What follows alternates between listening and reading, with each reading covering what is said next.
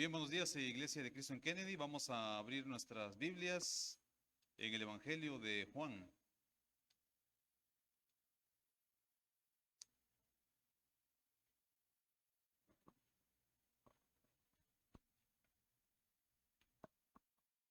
Sabemos que hay un grupo de hermanos que también nos están viendo desde sus casas, en las plataformas virtuales como Zoom, Facebook.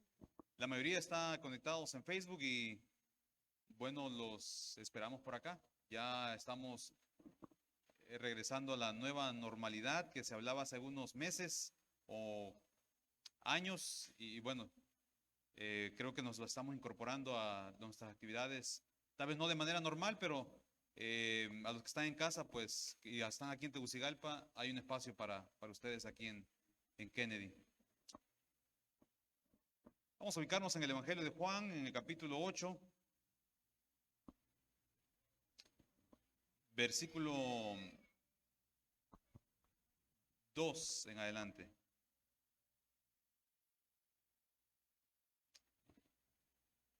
Procedo a leer la Sagrada Escritura en la versión Reina Valera, año 60. Y por la mañana volvió al templo y todo el pueblo vino a él. Y sentado él, les enseñaba. Entonces los escribas y los fariseos le trajeron una mujer sorprendida en adulterio. Y poniéndola en medio, le dijeron: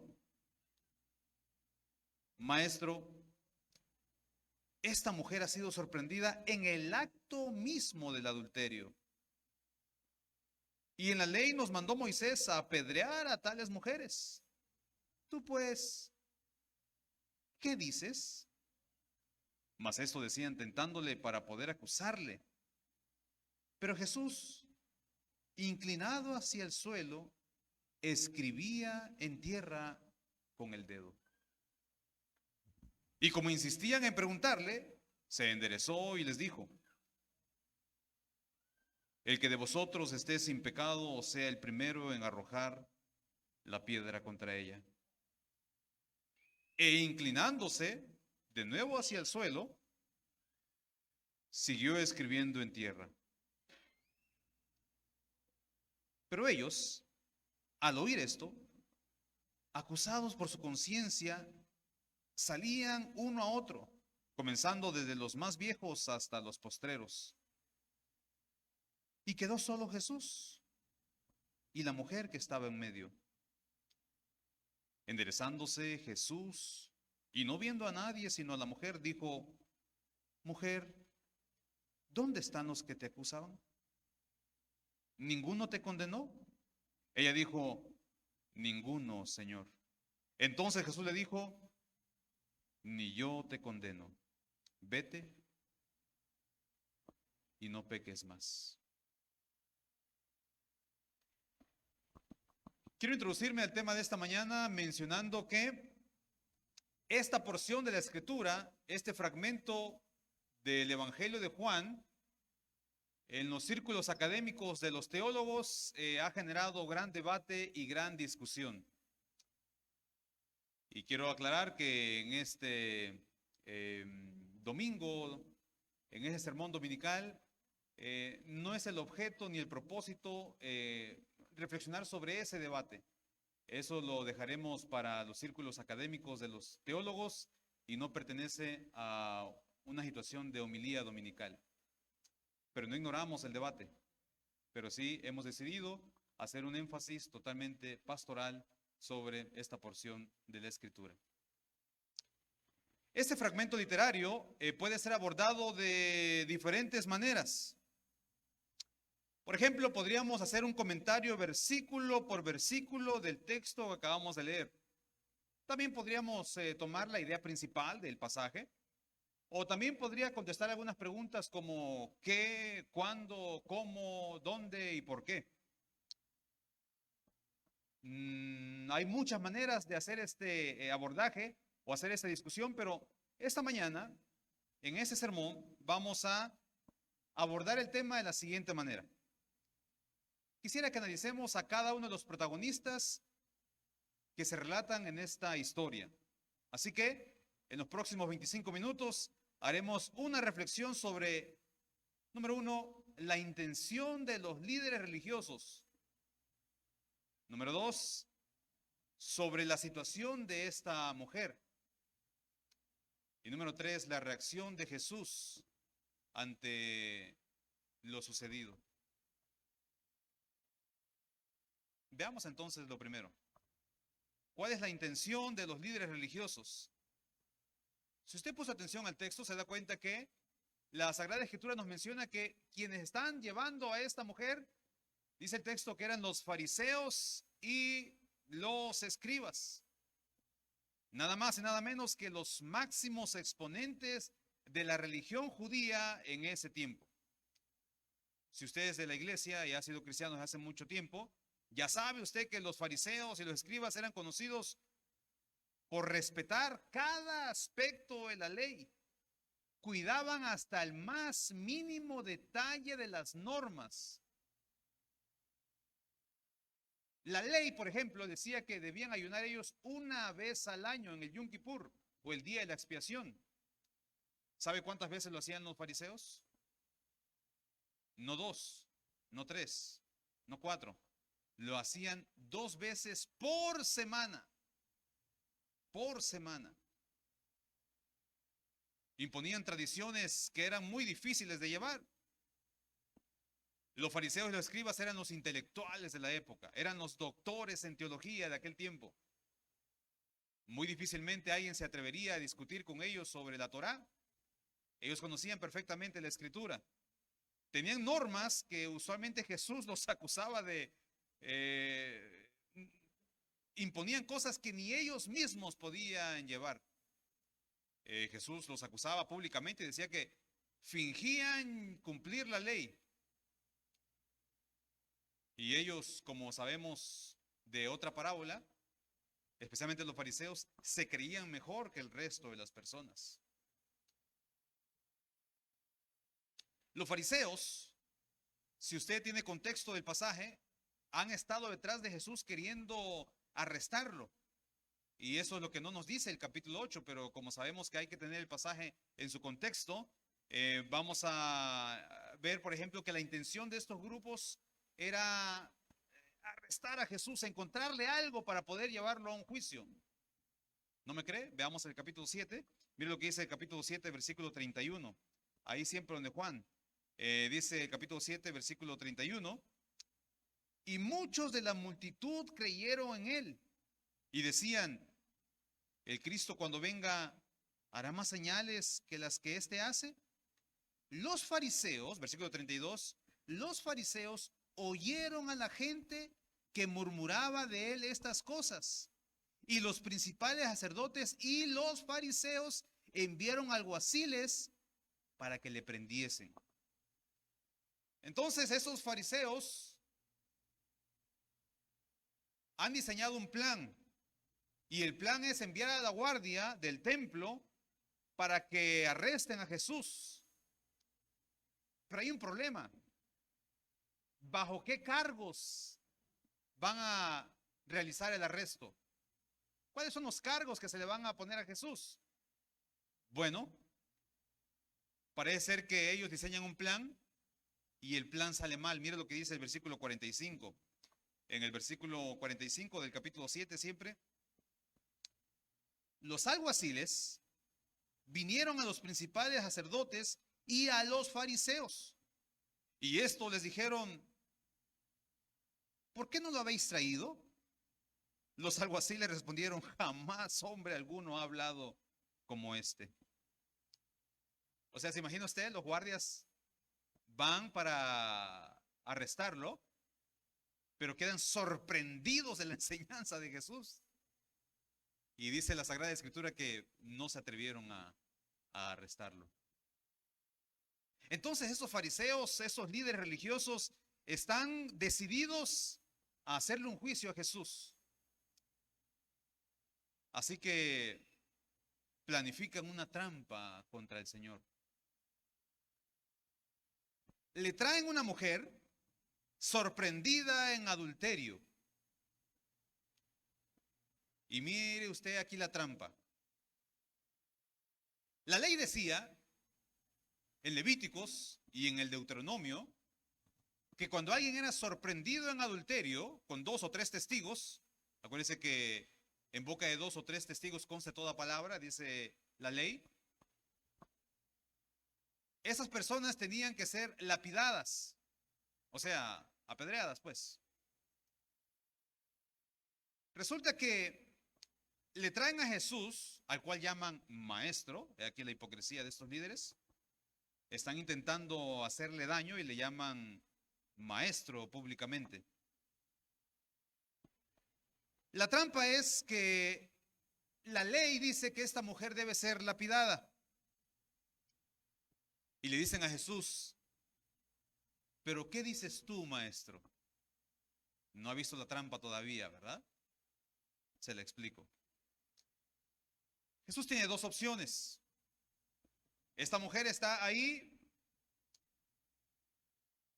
se la han traído para hacerle un juicio tal vez injusto lo que está pasando a esta mujer.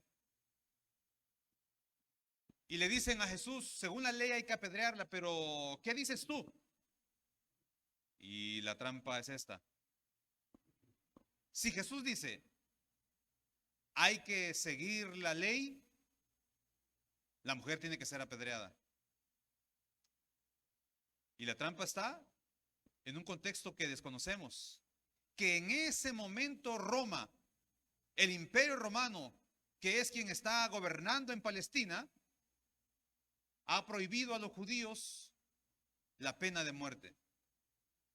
Roma no permite que nadie ejecute la pena de muerte sin su autorización.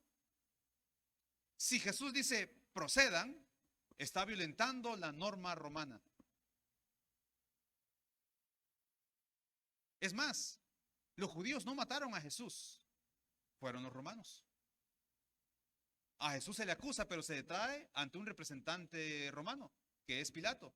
Y es Pilato quien determina que Jesús debe morir.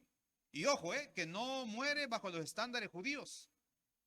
Porque si hubiese muerto bajo los estándares judíos, Jesús hubiese sido apedreado. Pero Jesús muere bajo los estándares romanos. Por eso muere crucificado. Si Jesús dice procedan, está violentando. Y claramente estos fariseos van a ir a contarle a los romanos que aquí hay alguien que está siendo permisivo con la pena de muerte y está claramente violentando lo que Roma ha dicho. Bueno, supongamos que Jesús dice entonces, no hay que apedrearla. Entonces se levanta la acusación de que no está siguiendo las leyes religiosas de los judíos. ¿Ve la trampa? La trampa está en que aparentemente no hay salida, o es sí o es no, y si es sí, implica un juicio, y si es no, también implica un juicio. Responder a la pregunta implica caer en la trampa. Y aparentemente estos hombres han diseñado el plan perfecto. Es como los saduceos, ¿no? Que también llenos de hipocresía, y digo hipocresía porque ni siquiera creían en la resurrección, y le dicen a Jesús, aquí había una mujer que tuvo un esposo y se murió, y luego tuvo otro esposo y se murió, y luego tuvo otro esposo y luego otro esposo, y cuando resuciten, que no creían en la resurrección, ¿quién de todos va a ser su esposo? Son preguntas tramposas, preguntas malintencionadas. Entonces, estos son los líderes religiosos que traen a esta mujer. Ahora, los invito a ponerse en la situación de la mujer. Qué triste la situación de esta mujer, porque ella solamente está siendo usada. Hoy en día está de moda la palabra la cosificación de la mujer. Y en este caso, en este relato, la mujer es solamente un instrumento para llevar a cabo una maldad.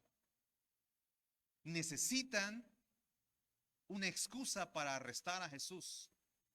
Y la excusa perfecta es esta mujer. Es víctima de su propia falta, porque claramente el adulterio está mal. Pero también se ha convertido en un instrumento para hacerle daño a un profeta, a un predicador.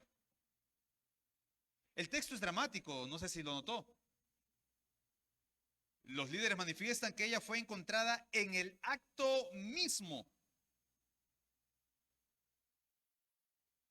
de la relación sexual. Ya solo imaginárselo implica cierta vergüenza.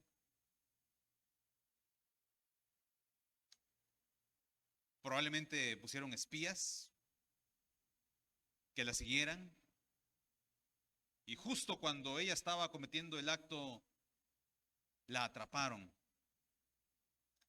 Eso ya es un acto vergonzoso.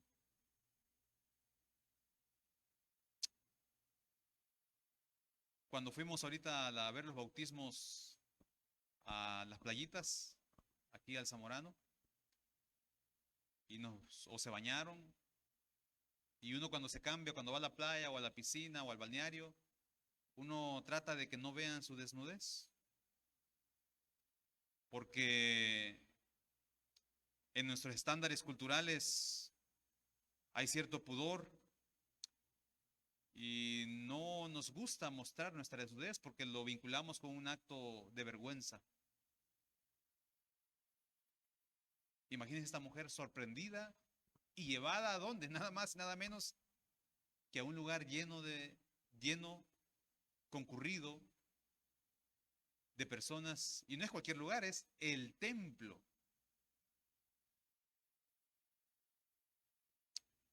Me imagino que en esa, dice el texto que todo el pueblo se reunió. Otras versiones dicen que había una muchedumbre. Me imagino yo, no sé, el texto no dice que en la audiencia, si había muchas personas, habían algunos vecinos de esta mujer. Me imagino que eso causaba vergüenza. Muy probablemente había familiares. Eso también daría vergüenza. Y aunque nadie la conociese, el hecho mismo de ser expuesto daría vergüenza. Y sí, el pecado da vergüenza. Usualmente cuando uno peca busca la intimidad y lo secreto. ¿Se acuerda cuando Adán se dio cuenta que pecó? Dice el texto que se escondió. El pecado nos da vergüenza. Y esta mujer es llevada y exhibida públicamente. Y pensándolo bien, este trato que está recibiendo esta mujer no es un trato justo. Porque la ley decía que ambos debían ser castigados. Y le hubiésemos preguntado a los fariseos, ¿y dónde está el hombre? ¿Por qué solamente traen a la mujer? La ley decía que ambos eran culpables. Ahora, claramente nosotros entendemos que los líderes religiosos no están buscando un acto de justicia. Ellos no buscan hacer justicia, ellos buscan tenderle una trampa a Jesús y simplemente necesitan algo, y en este caso resultó ser alguien. Claramente ninguno de los que está aquí hubiese querido estar en los zapatos de esta mujer. Número uno, cargar con esa culpa. Número dos, imagínense estar avergonzada, ser denigrada, ser exhibida, ser utilizada. Ninguno de nosotros hubiese querido estar en esa situación. Y finalmente, ¿cuál fue la postura de Jesús ante lo ocurrido? Bueno, el texto dice que Jesús estaba agachado. Y es la única vez que se narra que Jesús escribió algo. Ni Mateo, ni Marcos, ni Lucas han dicho que Jesús escribió algo. Se ha escrito mucho sobre Jesús, pero fueron otros. Y ojalá Juan nos hubiese dicho qué escribía ahí. Y da lugar a la especulación. Nos dice que escribía, estaba agachado escribiendo sobre la tierra. Ahora no sabemos qué. Mientras yo preparaba ese sermón, leía lo que posiblemente pudo haber escrito Jesús, pero al final digo, ¿para qué voy a compartir algo que es solamente especulación? No sabemos. No sabemos qué estaba escribiendo. Le podría mencionar lo que algunos creen que escribía, pero no sabemos qué estaba escribiendo. Ahora, cuando le traen el caso de esta mujer, Jesús está escribiendo y aparentemente los ignora. Y el texto de Juan nos dice que ante la insistencia, o sea, siguen insistiendo, insistiendo, y ante la insistencia de los fariseos, finalmente Jesús se pone de pie. Y mire que estaba siendo obligado a tomar una postura, o eres amigo de Roma o eres amigo de Moisés. Y Jesús claramente tomó una postura y no lo dejó a medias tintas. Jesús procedió según los estándares de la ley mosaica. Procedan según la ley, pero antes piensen cada uno de ustedes en sus propios pecados. Si ustedes se consideran inocentes de una vida sin pecado, si ustedes se consideran lo suficientemente justos, si ustedes se consideran lo suficientemente puros, lo suficientemente inocente, procedan. Sigamos la ley de Moisés entonces. Lancen la primera piedra. Aquel que esté limpio, que lo haga. Yo me imagino el silencio que hubo en ese momento, en ese lugar, ¿no? Y Jesús, si usted pone atención en los detalles, se agacha nuevamente y sigue escribiendo. Ay, ojalá pudiésemos haber sabido qué escribía. Tal vez era una de las primeras preguntas, ¿no? Si Dios nos permite llegar al cielo. ¿Y qué escribía, Señor? No sabemos. Se agacha y procede a seguir escribiendo. Ahora, la audiencia, gracias a Dios que esta audiencia todavía tenía conciencia. Porque hay personas que aparentemente ya no tienen conciencia. Y en la autoevaluación que se hacen, llegan a la conclusión que ninguno de ellos está apto para proceder con la lapidación. Ni una sola persona se atrevió. Ni uno solo era apto. Así que yo imagino que como un acto de vergüenza, escapan y salen de ahí. Imagínese usted, ¿no? Empiezan a alejarse uno a uno, poco a poco. Y el texto es dramático porque nos presenta la historia de Jesús queda solo ahí en el templo. Lógicamente no estaba dentro del templo, pero en las afueras del templo, y queda solo con la mujer. Todos los demás se fueron. Y entonces Jesús se pone de pie, dice el Evangelio de Juan, y le habla cara a cara. Me imagino yo las palabras que esa mujer estaba esperando. ¿Dónde están?, le dice Jesús. ¿Ninguno ha quedado? Ella dice, ninguno ha quedado. Y mire qué interesante. Quien sí se quedó es quien sí puede tirar la piedra. Quien sí la puede condenar. Quien sí está libre de pecado. Le dice tal vez las palabras más piadosas que esta mujer pudo haber escuchado en ese momento. Ni yo te condeno.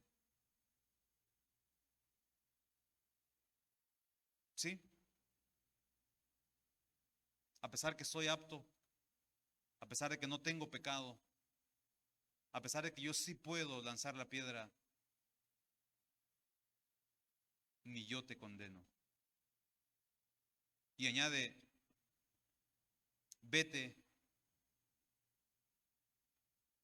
y no peques más. Y al lector novato, cuando lee esta historia, termina el relato y uno queda, rápidamente uno puede hacer sus propias conclusiones. Hablando de conclusiones, simplemente haré 3. La primera es que la religión en ocasiones puede ser demasiado severa. La religión en ocasiones puede carecer de bondad. La religión a veces carece de compasión. Los sistemas litúrgicos y los sistemas religiosos a veces carecen de misericordia. Sí, si hubiésemos cumplido la ley, esa mujer tenía que haber sido asesinada bajo pena de muerte. La Inquisición española castigaba y torturaba y mataba a tantas personas. Y muchas veces estas personas eran inocentes. Y con la argumentación de defender la fe, a veces la religión puede hacer mucho mal. Con la intención de querer hacer lo correcto, la religión puede condenar. E incluso condena a aquel que puede ser rehabilitado.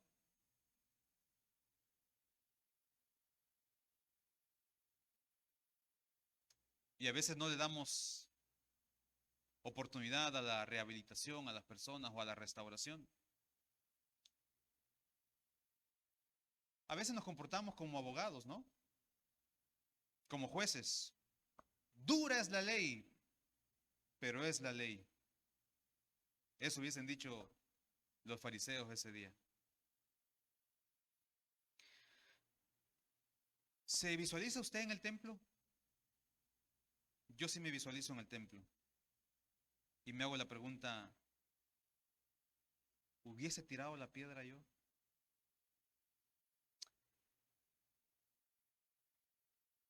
Y me hago la pregunta, ¿cuántas veces, no hablo de ustedes, hablo de mi persona, cuántas veces en mi vida sí he tirado la piedra ante el pecado de otro?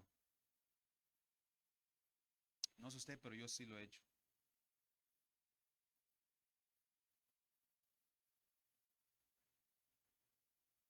La segunda conclusión que yo veo en este pasaje es que en ocasiones estamos del otro lado, como en la situación de la mujer. Hemos fallado, hemos cometido errores, hemos ofendido a Dios, hemos ofendido a nuestra familia, hemos ofendido a nuestros hijos, le hemos fallado a nuestro cónyuge.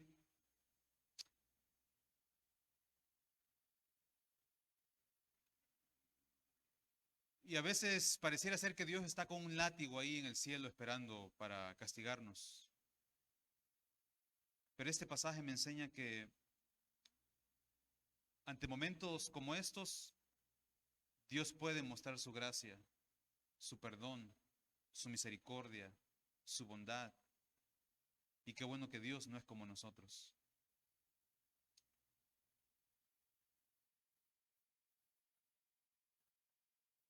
¿Cuáles son sus pecados? No los conozco, sí conozco los míos. Pero yo creo que cualquiera que esto fuesen, si Jesús se pudiese nuevamente de pie y nos mirara cara a cara, ante esos pecados que a veces uno trae, que uno cree que son imperdonables, Jesús nos diría, ni yo te condeno. Ve y no peques más. Y aquí quiero hacer una aclaración. Y esa es mi tercera conclusión. Jesús claramente desea un cambio de vida, ¿eh? No vayamos a malentender el pasaje. Jesús quiere un cambio de actitud. Dios quiere un cambio de comportamientos en nosotros. Sí, Dios quiere un arrepentimiento. Y aclaramos desde este púlpito que Jesús nunca aprobó un acto inmoral. No estaba aprobando el adulterio de esta mujer. Jesús sabe que hay pecados que causan lágrimas, sufrimiento, dañan a las familias, dañan el matrimonio, dañan a los niños. Pero en esta ocasión Jesús decide derramar su bondad, su compasión y su misericordia. A veces ante grandes pecados es una gran oportunidad para experimentar la gracia de Dios. Pero Jesús aclara y deja muy claro a la mujer: te perdono, puedes irte, pero rehabilítate, cambia de vida, transfórmate y no peques más. Jesús no solamente ofrece perdón, sino que también Él ofrece un cambio de vida.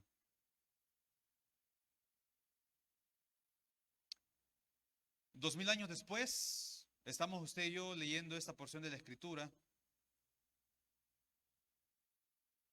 Y los invito a reflexionar conmigo cómo la religión a veces puede carecer de bondad, de compasión y de misericordia.